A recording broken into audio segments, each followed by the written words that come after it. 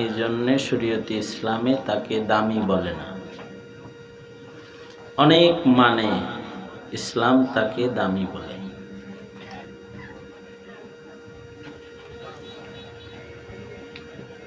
ইহুদিদের ভেতরেও নাসারাদের ভেতরেও মুফাসসির আছে, তাফসীর বিশেষজ্ঞ। উলুমুত তাফসীর যেটা, এটা সে পড়ছে কিন্তু সে ইহুদি আছে। নাসারা হাদিস বিশেষজ্ঞ আছে, উলুমুল হাদিসের উপরে তাখাসসুস করছে, পিএইচডি করছে নাসারা। আমাদের মাদ্রাসাগুলোতে একটা ডিকশনারি আছে আল মুনজিদ, কোরআন হাদিসের শব্দ তাহকিকের জন্য এই কিতাবটা সব মাদ্রাসায় আছে, রাখে। এই কিতাব থেকে মুহাদ্দিস, মুফাসসির, আলেম উলামারা উপকৃত হয়। কিন্তু এই কিতাবের লেখক একজন ইহুদি, লিখছে কে? ইহুদি। এই ইহুদির এত মালুমাত আছে যে তার মালুমাত থেকে আলেম উপকৃত হয়, মুফাসসির উপকৃত হয়, মুফতি সাহেব উপকৃত হয়, কিন্তু তার ঈমান নাই। এটার নাম মালুমাত। আরেকটা হলো ইলমে দ্বীন, দ্বীনি জ্ঞান। এটা যেটুক জানে ওইটুক মানে। সেটা যদি এক আয়াত হয়, বাল্লিগু আন্নি ওয়ালাউ আয়া, একটা কথাও যদি হয়, সেটা শোনার পরে যদি ওটা মানে, বলনে ওয়ালাও সফল হয়ে গেল। আর যে মানলো সে মানার কারণে জান্নাতে যাওয়ার উপযুক্ত হয়ে গেল। আল্লাহ রসুল সাল্লাল্লাহু আলাইহি ওয়াসাল্লামের কাছে এক সাহাবী এসে বলে যে আমাকে একটু ওয়াজ নসিহত করেন, লম্বা করেন না, ছোট করে করেন। ওয়ালা তুকসির আলাইয়া, বেশি লম্বা ওয়াজ ভালো না। নবীজি ছোট্ট করে ওয়াজ করছেন। লা তাগজাব, রাগ করো না, রাগ কন্ট্রোল করো। সাহাবী চলে গেছে। আরেক সাহাবী আল্লাহর রসুলের কাছে এসে দ্বীন সম্পর্কে জানতে চাইছে, ঈমান সম্পর্কে জানতে চাইছে। তো আল্লাহর রসুল ঈমান, ইসলাম, দ্বীন কি এটা সংক্ষেপে কয়েক কথায় বলে দিচ্ছেন। যাওয়ার সময় কয়, ঠিক আছে, যা বললেন বাড়ামো না কমামো না, আমল করব।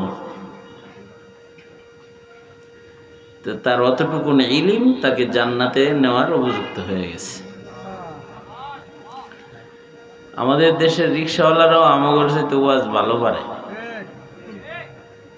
4 স্টলে বসলে ওয়াজের অভাব নেই, ঠিক না? হ্যাঁ, মুফতি সাহেব আছে, ফতোয়াও দেয় ওখানে বইয়ে বইয়ে, যে এটা জায়েজ, এটা না জায়েজ। আমাদের এখন দরকার আমল। কি দরকার?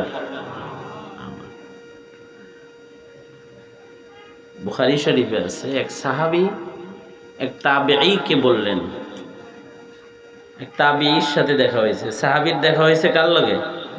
তাবেঈর লগে। তাবেঈ কারে পাইছে? সাহাবী পাইছে। সাহাবী কারে পাইছে? নবীজিকে পাইছে। নবীজিকে যে দেখছে সে কি? ঈমানের সাথে নবীজিকে পাইছে কি? জোরে বলেন। সাহাবী। আর নবীজিকে পায় নাই, ঈমানের সাথে সাহাবী দেখছে, তারে কি বলে? সাহাবীও দামি, তাবেঈও দামি। আল্লাহর রাসূল বলেছেন, খায়রুল কুরুনি করনি সুম্মাল্লাযীনা ইয়ালুনহুম সুম্মাল্লাযীনা ইয়ালুনহুম, তুবা মান আমানা ওয়া রাআনি ওয়া তুবা মান আমানা ওয়া রাআ মান রাআনি ওয়া তুবা মান আমানা ওয়া রাআ মান রাআ মান রাআ মান রাআনি। সাহাবীরা দামি, তাবেঈ দামি, তাবে তাবেঈরাও দামি। তাবে তাবে তাবিঈ দেখছে। এই পর্যন্ত সিদ্দিকীনের যুগ, এই তাবিঈ পর্যন্ত। আমাদের সমাজে ভালো মানুষজন খুঁজে বের করা লাগে, কিরে কারে পছন্দ হয়, খালি গ্রাম বুঝাই মানুষ আছে, একটারও পছন্দ হয় না। হ্যাঁ আসলেও তাই, পছন্দ না হওয়ারই কথা, কারণ আমাদের ইমানদারি পছন্দ হওয়ার মতো না, ঠিক না? নামাজ পড়ে, তাকবীরুল্লাহ, মাথায় পাগড়ি মাথায় দিয়ে ঘুরে, তসবিহ হাতে ঘুরে, ভোট দিয়ে যায় নৌকায়, আছে না? সব ঠিক আছে, সুদের টাকা ওঠায়। এই তো আমাদের কিছু ইমানদার যা আছে তা করে এই অবস্থা আর কি।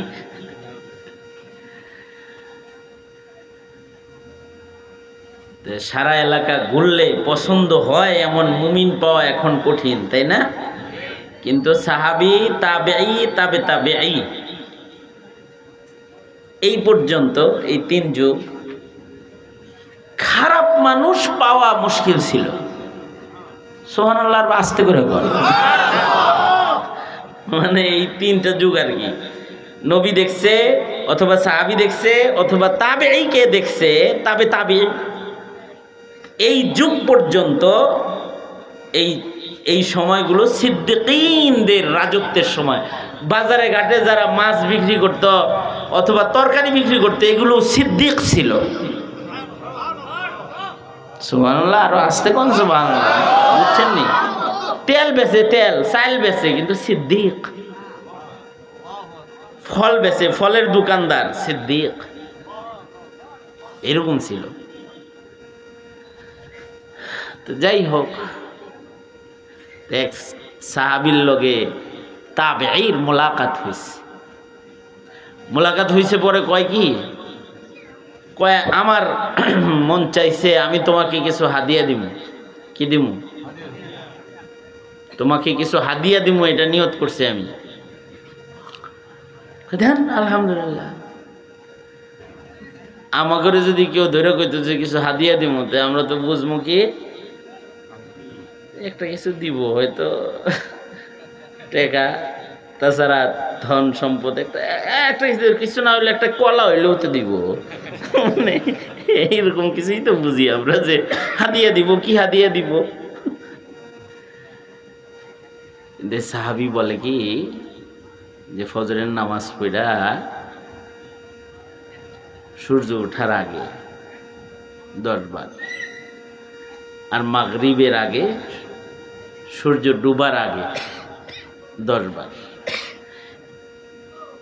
একটা দোয়া যদি 10 বার পড়ো, তো 4টা গোলাম আজাদ করার সওয়াব আমলনামায় জমা হবে। নবীজির কাছ থেকে শুনছি, এই দোয়াটা তোমাকে গিফট করলাম, হাদিয়া দিলাম। লা ইলাহা ইল্লাল্লাহু ওয়াহদাহু লা শারীকা লাহু, লাহুল মুলকু ওয়া লাহুল হামদু, ইউহয়ী ওয়া ইউমীত ওয়া হুয়া হাইয়্যুন লা ইয়ামুত ওয়া হুয়া আলা কুল্লি শাইইন কাদির। 10 বার পড়বা, 4টা গোলাম আজাদ করার সওয়াব পেয়ে যাবে। সাহাবী পায়া খুশি হয়ে গেছে।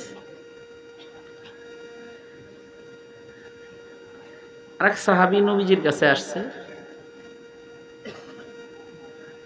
নবীজির কাছে বসে রয়েছে। তো নবীজি দুঃখ করতেছে, হায় অমুকে আমাকে খুব কষ্ট দিচ্ছে, অমুকে খুব কষ্ট দিচ্ছে। নবীজি দুঃখ করতেছে। তো এই সাহাবী যার নাম লয়ে নবীজি দুঃখ করছে, সাহাবী তরবারিটা লইয়া ওইটার গর্দান আনার লেগে চলে গেছে। কাফের গর্দান আনতে চলে গেছে। হাদিসে আছে, খোঁজ খবর নিয়ে একেবারে জায়গা মতো মরুভূমিতে চলে গেছে। দেখে বেলাইছে যে ওই তো ওরে তো দেখা যায়। তো এখন ওর দিকে দেখেই যদি দৌড়ে নিয়ে দেয়, তাহলে ও তো বুঝবো যে আমার ধরতে আইছে। আর ওর হাতেও তরবারি আছে, ওর হাতেও তরবারি, তাহলে যুদ্ধ লেগে যাব। তো কৌশল অবলম্বন করছে, আস্তে আস্তে হাঁটে, ও হাঁটে, এও হাঁটে, ও হাঁটে। বাবু সলাতি তালিবি ওয়াল মাতলুব। এই শিরোনামে মুহাদ্দিসিনরা এই ঘটনা আনছেন। মানে আশ্চর্য এক নামাজ পড়ছে এই সাহাবী, আজব নামাজ। দুনিয়াতে এরম নামাজ যদি আমাগরে পইরা কোনো অলি বুজুর্গ দেখাইতো তো আমরা সবাই মিলা তার মুরিদ হয়ে যেতাম। সাহাবী নামাজ পড়তেছে কেমনে? নামাজও পড়ে, হাঁটেও, রুকু দেয়, সেজদাও দেয়, আবার হাঁটেও। কারণ শুধু নামাজ যদি পড়তে যায় তাইলে দুশ্মনটা পালায়া যাবে, আর যদি নামাজ বাদ দিয়ে দুশ্মন ধরতে যায় তাহলে ওক্ত শেষ হয়ে যাব, নামাজ কাজা হয়ে যাব। সাহাবী দুশ্মনও ধরবো, নামাজও বাজাইব, তো নামাজও পড়ে, হাঁটে, সেজদা দেয়, হাঁটে, রুকু দেয়, হাঁটে, একসাথে চলতেছে। যাইতে যাইতে নামাজও শেষ হয়েছে, ওর পর্যন্ত চলে গেছে, ওক্তর ভেতরে নামাজ শেষ। এর যে ধরে কয়, বাহ তোমার তরবারিটা তো ফাইন, কত দিয়ে কিনছ? কয়েক দিয়া। চমৎকার, দারুণ, দেখি তো। আরে টাকা দিয়ে কিনছি না বেটা, ভালো হইব না, দেখ। তরবারিটা দেখলে তো দিছে, তেমনি উঠে কয়, এ কি চিক চিক করতেছে রে ধার, আর গর্দানে একটা বসায় দিছে, গলাটা পড়ে গেছে। এবার মাথার চুলটা ধইরা কল্লাটা নিয়া আল্লাহর রাসূলের কাছে যায় বলে, নবীজি ও আপনারে কষ্ট দেয় দেখে যে ওর গর্দানটা লয়ে আইছি। ইমানদারি। আল্লাহর রাসূল সাল্লাল্লাহু আলাইহি ওয়াসাল্লাম বললেন, সাহাবী আমি খুশি হয়ে গেছি, তুমি যে আমার দুশমনকে হত্যা করেছো, খুশি হয়ে গেছে। ও আমার দুশমন না, আমার দুশমন মানে হলো ইসলামের দুশমন, ইসলামের দুশমন মানে হলো আল্লাহর দুশমন, ঠিক না? আল্লাহর দুশমন ইসলামের দুশমনের সাথে কোনো দোস্তি নাই। কে? হ্যাঁ হ্যাঁ, হুজুরের কাছে খালি নামাজ পড়বে না আর বিয়ার খুতবা নিবেন, ছেলের নাম নিবেন, আকিকা করাইবেন, কোরবানিটা দেওয়াইবেন হুজুরের দিয়া, আর ভোটটা যায় দিবেন হইল যে নাস্তিক, মোরতাদ, বেঈমান, হেরে যায় দিয়ে দিবেন। এটার নাম ঈমান না।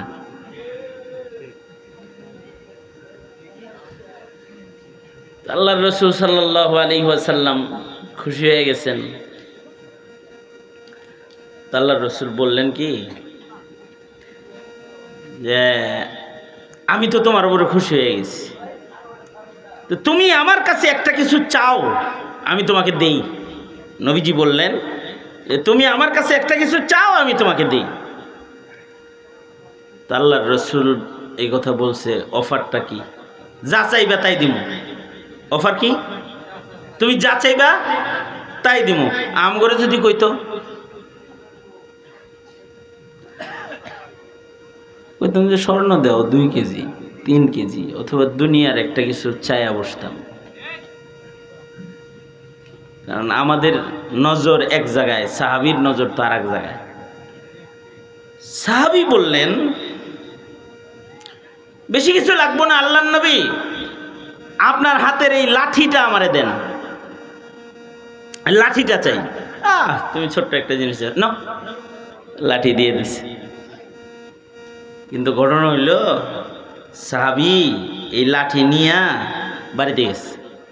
বাড়িতে যে এটারে সুন্দর করে মখমল দিয়ে পেঁচাইয়া আতর গোলাপ মাইখা সন্তানদের ডাক দিছে। ডাক দিয়া বলে কি যে আল্লাহর রাসূল আমাকে এই লাঠিটা দিছে, নবী আমার উপরে খুশি হয়েছে, এই লাঠিটা নবী যে আমার উপরে খুশি এটার প্রমাণ, দলিল। এটা আলমারিতে রেখে দিচ্ছি, আমি যখন মরে যাব তখন কাফনের কাপড়ের ভেতরে এই লাঠিটা আমাকে কবরে দিয়ে দিবা। নবীর হাতের লাঠি প্রমাণ করবে আমি রাসূলকে খুশি করেছি। এই লাঠিটা নিয়েই আমি আল্লাহর আদালতে দাঁড়াবো। এই লাঠি প্রমাণ করবে যে আমি রাসূলকে খুশি করেছি। যে রাসূলকে খুশি করেছে আশা করা যায় আল্লাহ তাকে খুশি করে দিবে।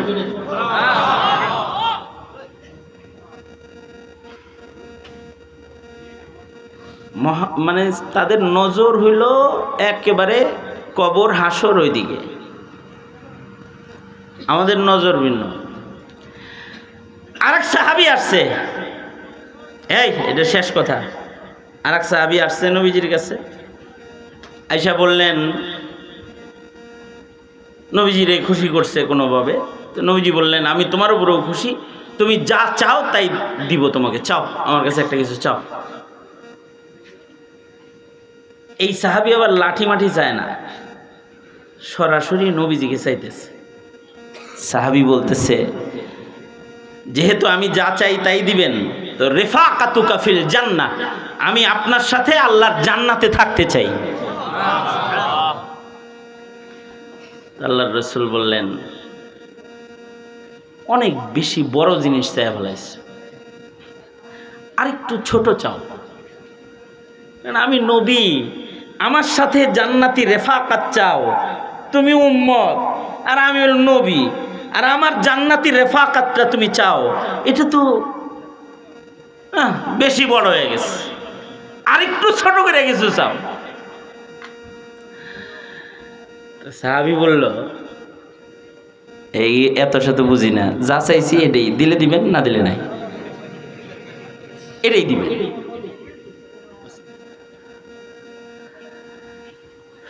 আল্লাহর রাসূল বললেন ঠিক আছে যাও, আমার সাথে জান্নাতে থাকবা, তবে আলাইকা বিকাসরাতি সুজুদ, বেশি বেশি নামাজ পড়বা, যত সেজদা বেশি দিবা তত বেশি কাছে থাকবা আমার। তোমার জীবনে সেজদা যত বেশি হবে রেফাকাতের এরিয়াটা তত কাছে হবে। এ কারণে ১.৫ লক্ষ সাহাবীর একটা গুণ, নবীর ১.৫ লাখ সাহাবীর একটা গুণ হইল ফি ওয়ুজুহিহিম মিন আসারিস সুজুদ, সাহাবীদের চেহারায় সেজদার দাগ। বর্ণনাটা কার? জোরে বলেন, এই বর্ণনাটা কার? ফি ওয়ুজুহিহিম মিন আসারিস সুজুদ, সাহাবীদের চেহারায় সেজদার দাগ। আমাদের চেহারায়, আমাদের অঙ্গ প্রত্যঙ্গে রাজনীতির কফের দাগ আছে, যুবকগণ মানে গায়ে সেজদার দাগ নাই।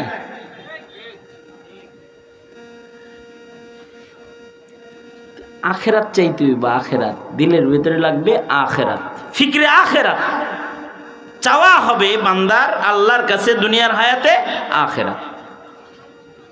এই ইসলাহি মজলিস, ওয়াজ মাহফিল, ওলামাদের সোহবত, মাকসাদ একটাই, ফিকরে আখেরাত ঢুকাও।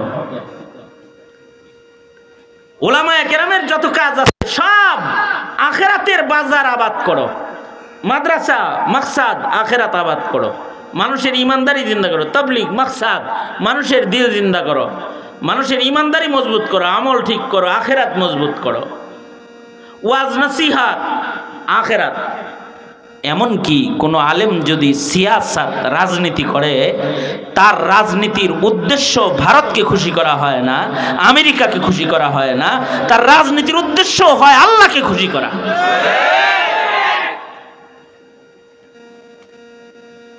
কারণ আল্লাহরে খুশি করার জন্যই জমিনের মানুষদেরকে দিন শিখানোর জন্য, জমিনের মানুষের দিনই তাহজিব তামাদ্দুন রক্ষা করার জন্য ক্ষমতারও দরকার। ক্ষমতা যখন হিন্দুত্ববাদীদের কাছে দিয়ে দিয়েছিলেন, তখন দেশটা হিন্দু বানায় ফেলেছে, গোমাতা চিনাইছে, রসুল চিনানো বাদ দিয়ে দিছে, নাস্তিকের বাজার হয়েছে শাহবাগে। আবার ক্ষমতা দিয়ে দিবেন খ্রিস্টানদের কাছে, আমেরিকার কাছে দিয়ে দিবেন, তো দেখবেন দেশটা খ্রিস্টানদের বাজার বানাইতেছে।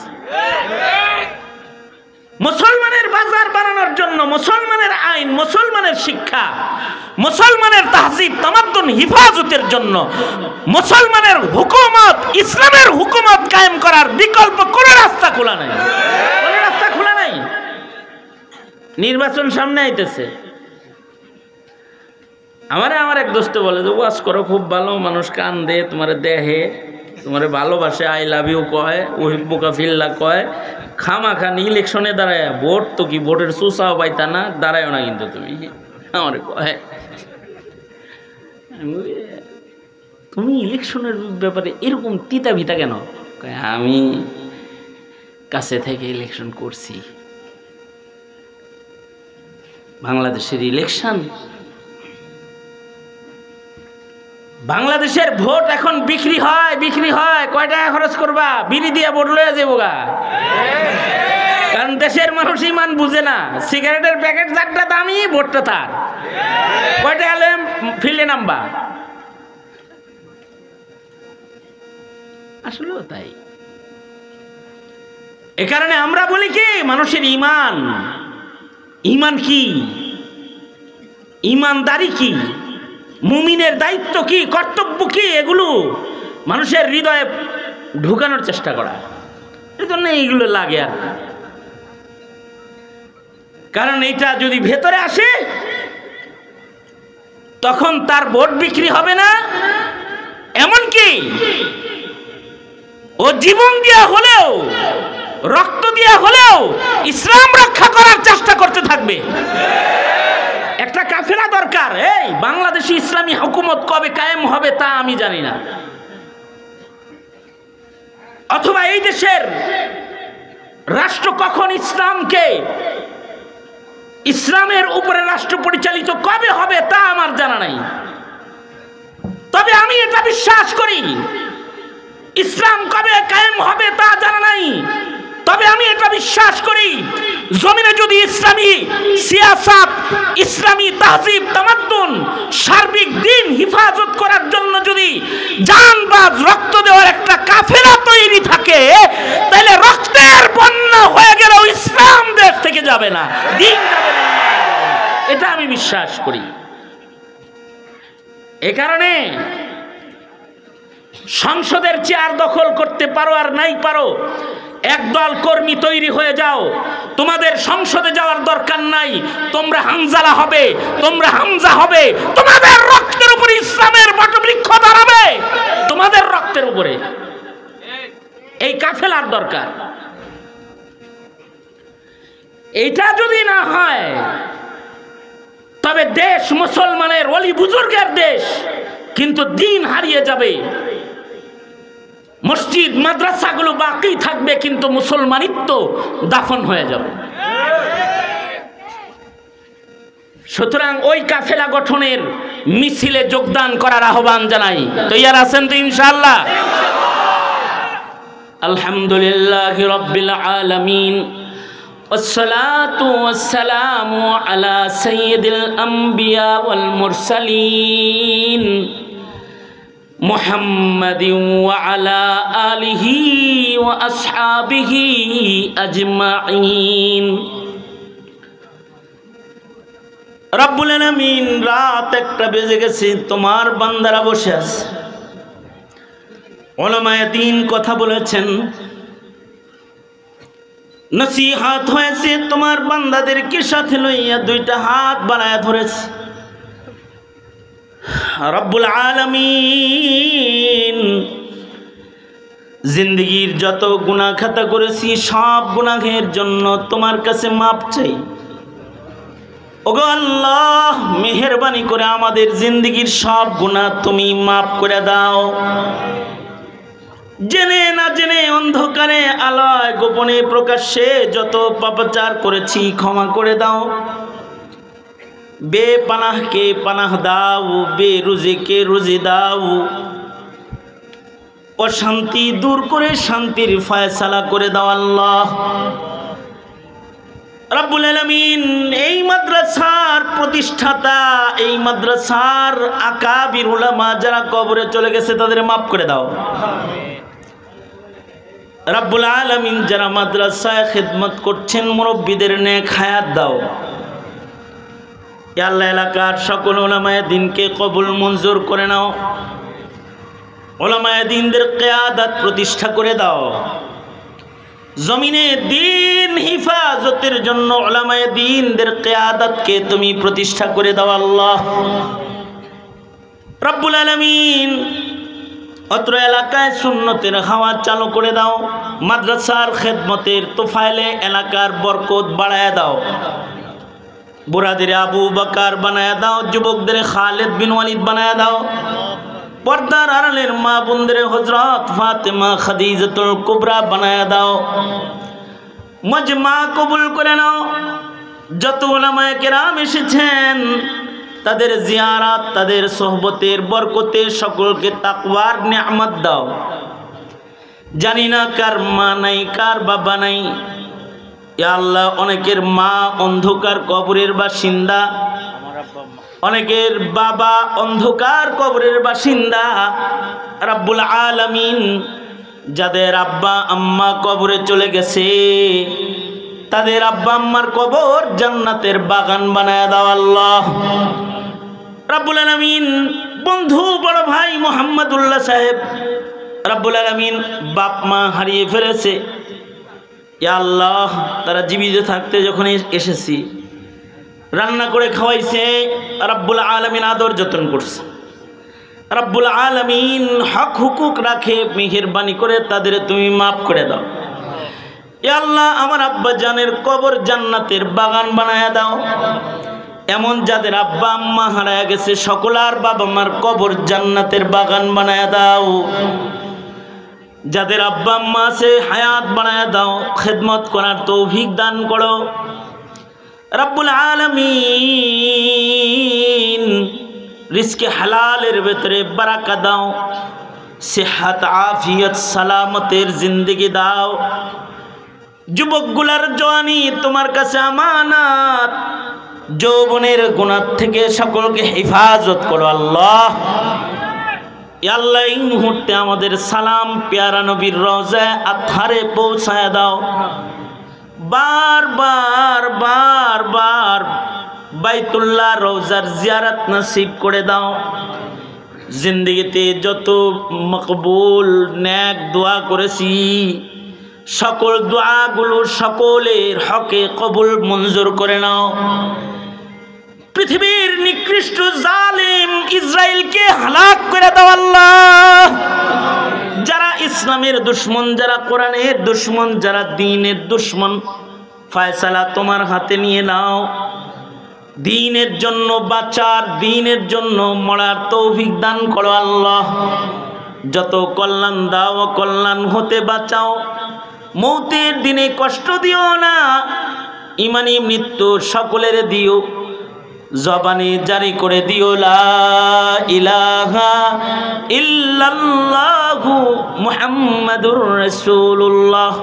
সুবহানা রাব্বিকা রাব্বিল ইজ্জাতি আম্মা ইয়াসিফুন ওয়া সালামুন আলাল মুরসালিন ওয়ালহামদুলিল্লাহি রাব্বিল আলামিন। আসসালামু আলাইকুম ওয়া রাহমাতুল্লাহি ওয়া বারাকাতুহু।